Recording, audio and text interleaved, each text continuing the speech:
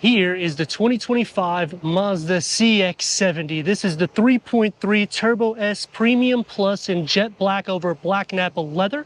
And this is the PHEV Premium Plus in poly gray metallic over red Napa leather. This is all new for this year, sharing the same powertrain as the CX-90, the same body length. Is this going to be better than the rivals? I'm Anthony from Hawkeye Rides, and I'm going to go over the pros and cons and the problem that I have with the new variant. We're going to start with the PHEV. Standard LED daytime runnings and headlights, that's going to be on both trims. The signature daytime runnings is going to be on the premium trim for the turbo, and it will be on all of the trims for the hybrid, and that will integrate into the enlarged grille with the honeycomb design that gets the gloss black treatment. And to distinguish this over the CX90, you're going to get the smoke chrome that's going to wrap around the grille. The lower for the PHEV will get the silver inserts, whereas the Premium Plus is going to have gloss black elements, both of which will have 8.1 inches of clearance. The preferred will have 8 inches of clearance. And going to that level will drop your towing capacity to 3,500 pounds, which will be identical to the PHEV. But when you go to the premium, that will increase to 5,000 pounds of towing, as well as adding the 360-degree reverse camera, front and rear parking sensors. And when you go to the Premium Plus for the hybrid, you're getting the 360-degree reverse camera, front and rear parking sensors. Only 2 trims to choose from here, opposed to 5 trims, but the difference in price is around $3,000 to $4,000 different, which will change the configuration, which is what's housed underneath the hood.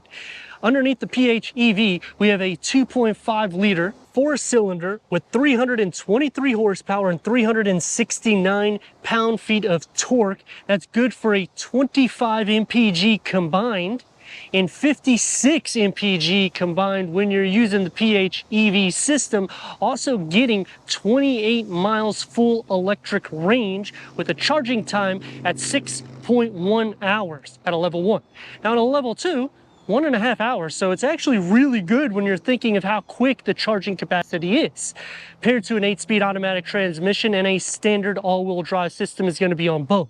Going into the Turbo S, this is going to unlock the most horsepower. eSky Active G 3.3 liter inline 6-cylinder turbocharged, producing 340 horsepower and 369 pound-feet of torque, achieving 23 mpgs for the city, 28 mpgs for the highway. So when you're considering an all-wheel drive variant, around 4,200 pound curb weight, over 200 inches long. That's actually really good considering none of the rivals, if you're ticking the box for a turbocharged vehicle, are going to have an inline 6. Go to Lexus, go to Acura, even Infiniti, they're going to have a 4-cylinder.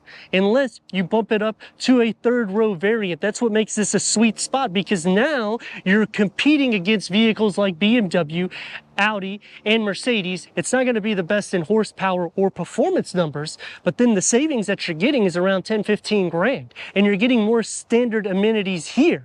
21-inch wheels is going to be on the premium and up. 19-inch will be standard. As for the PHEV, 21-inch wheels is going to be standard, but you're going to have the matte black that's going to surround the fenders that flare out and the lower skirt, as well as all of the window trim. But I like that they give you the gloss black for the door handles because it just looks a little bit more sporty. And when you're considering the MPGs you're getting here, this is around 5,200 pound curb weight. I'm liking that we get quick charges, plus we have performance underneath the hood, because typically with these PHEVs, they usually go a little bit less in the horsepower and torque, or you'll have to pay over 60 grand if you're comparing this against Lexus to be in the same segment. You're still under $60,000, where the Volvo XC60 will touch around 65 to near 70 grand to get a similar set to this, including those upgraded wheels.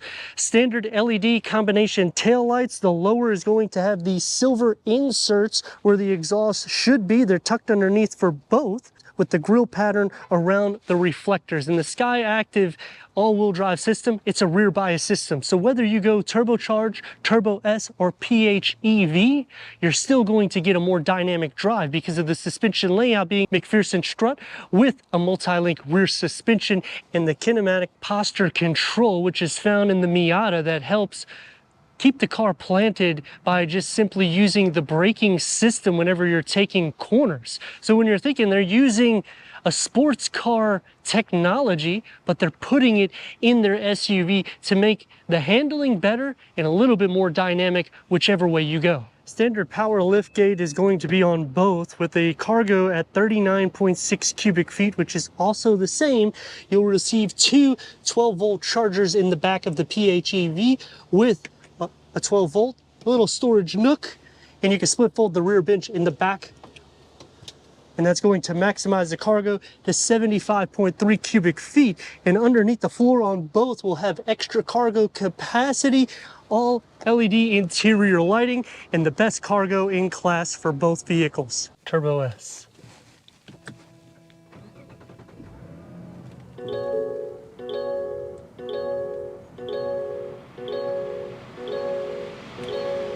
PHEV.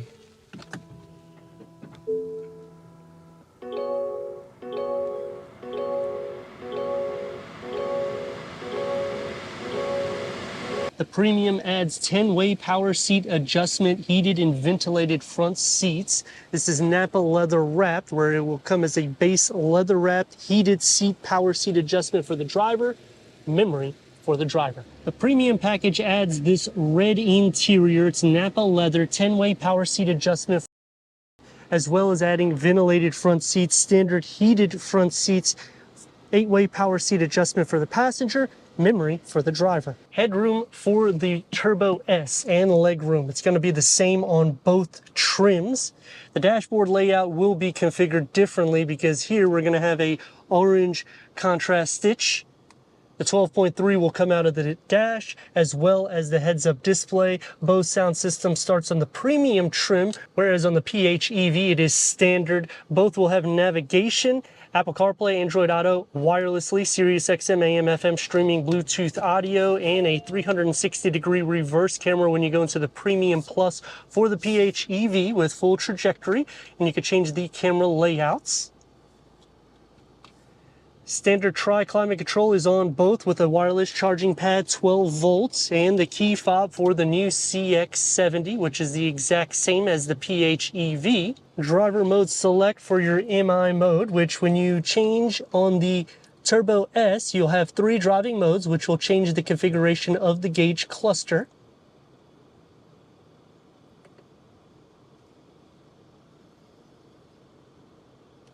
Whereas on the PHEV, it will add the EV mode, leather wrap steering wheel. It's heated when you go into the Premium Plus, paddle shifts, multi-function. You have the rotary knob because the screen is non-touch. It's going to be soft to touch here, opening up as a 2-tier with 2 USB ports, and it's a medium-sized storage pocket, auto-dimming rear view mirror with a large pano moonroof. The door and the dash configure in together, and I like the sporty design that the air vents flow into the mesh inlay look. Soft to touch where it needs to be, one touch up and down for the windows, with the same size storage pocket. For the back seats of the Turbo S, headroom is going to be the same as well as legroom, and you can slide both of them forward and backwards to give optimal storage capacity for cargo, and you can also recline the seats back for a long journey.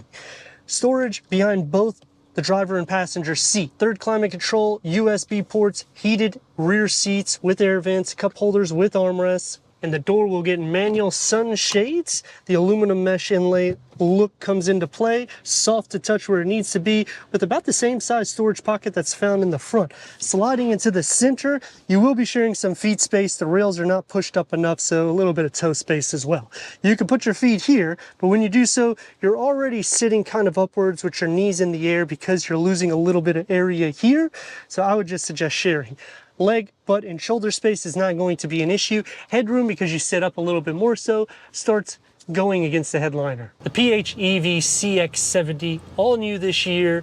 It's the same powertrain as the CX90. I have it in sport mode so we can see how the performance looks, which you're usually wanting better MPGs. So I kind of wish that they configured a smaller wheel, even though I like how sporty the exterior looks. But let's see how she goes.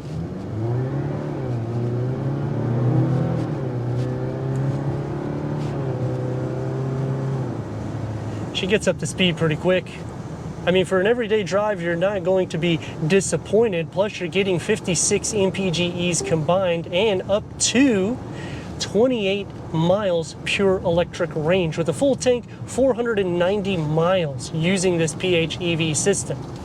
So I think Mazda is kind of going above and beyond because you're getting a sporty exterior. Interior is giving you all the luxury amenities. Only 2 trims to choose from, whereas when you go into the turbo variant, you got 5 different trims. So it makes it a little bit easier to pick which Mazda CX-70 you would like. It's going to take me to some pros and cons. Starting off with the pros is you get a little bit more standard amenities here, and it's only around $3,000 difference in pricing when you're considering the base trim opposed to the Premium Plus that we have. And what you're getting, a 360-degree reverse camera, the extra home plug in the rear, standard kinetic posture control, which helps with the bends on the road, technology that's found out of the Mazda Miata or MX-5, but it's in a vehicle that's over 200 inches long. So you have some dynamics there, plus you're still getting 323 horsepower underneath the hood of this. Now 340 horsepower does sound a little bit better, but you have to go into the premium in order to get that, which starts over $5,000 over the preferred trim that will only get you 280 horsepower. That trim will get you 3,500 pounds of towing, so it will be the same as this. But if you're going into the premium, that's when you start unlocking all of the features more or less. The Premium Plus S is going to be the top trim. That's the ones that we're comparing against today, and you're at basically the same price, but you're getting better MPGs here. So it is something to consider if you're thinking for that longevity and you're driving more distance. But if you're not driving that much and the car is going to be parked here and there, you may want to consider the Turbo S trim, because any hybrid or PHEV system, you kind of want to drive it a few miles a day in order to keep the vehicle maintained. I feel road noise is going to be a little bit more so in this opposed to the turbo trim. The steering weight is going to be the same, which it will be a little bit less than a Jeep, similar to Infiniti and Acura, but Lexus will be a lot more light than this. For visibility, you're not going to have an issue. You feel like you're sitting up. You don't quite feel like you're at 8.1 inches of ground clearance. It does feel a little bit wider, but this is also the same as the CX-90, so that is to be expected. And 1.5 hour charge, which I think is excellent, because that's on a level 2. If you're thinking, well, if I go to lunch, you pretty much almost have a full charge if you can go to a charging station. As for a level 1, it is a little excessive, over 6 hours, which is a con to me. And some more cons, both do not have a pass-through, non-touch screen.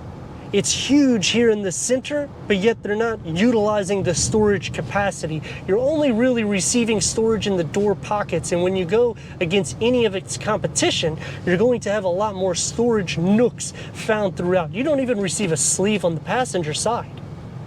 There's no manual cushion extensions or power cushion extensions. It just needs a little bit more power seat adjustment for the front. And when you're in the top tiers, you still lose 2 power seat adjustment going into the passenger side. And the big problem that I have with the PHEV is you only have 3 color options for the interior.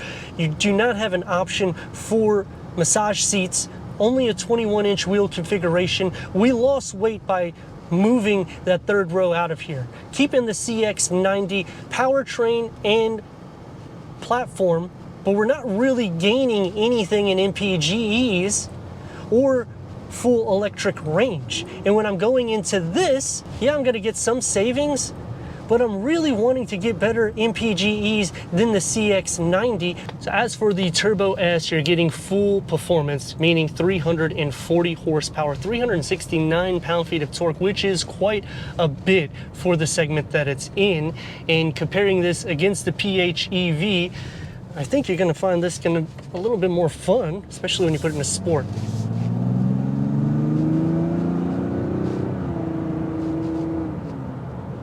But don't get me wrong, they're both going to have an efficient amount of performance underneath the hood.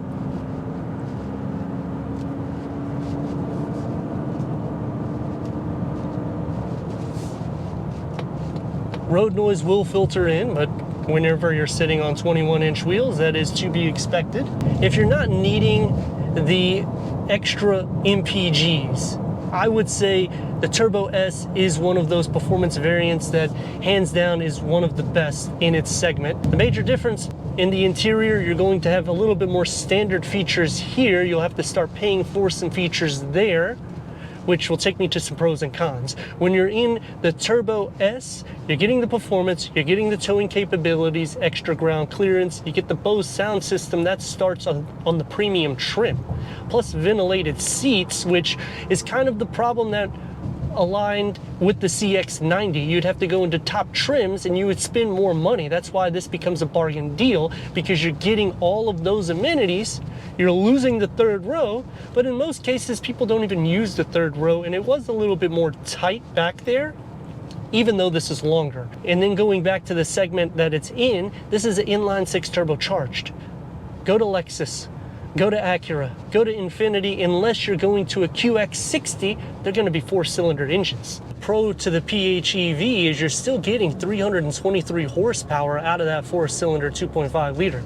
Towing does decrease to 3,500 pounds, which would be the preferred trim here, and then the savings you would get over $10,000. But then the features is also a little different.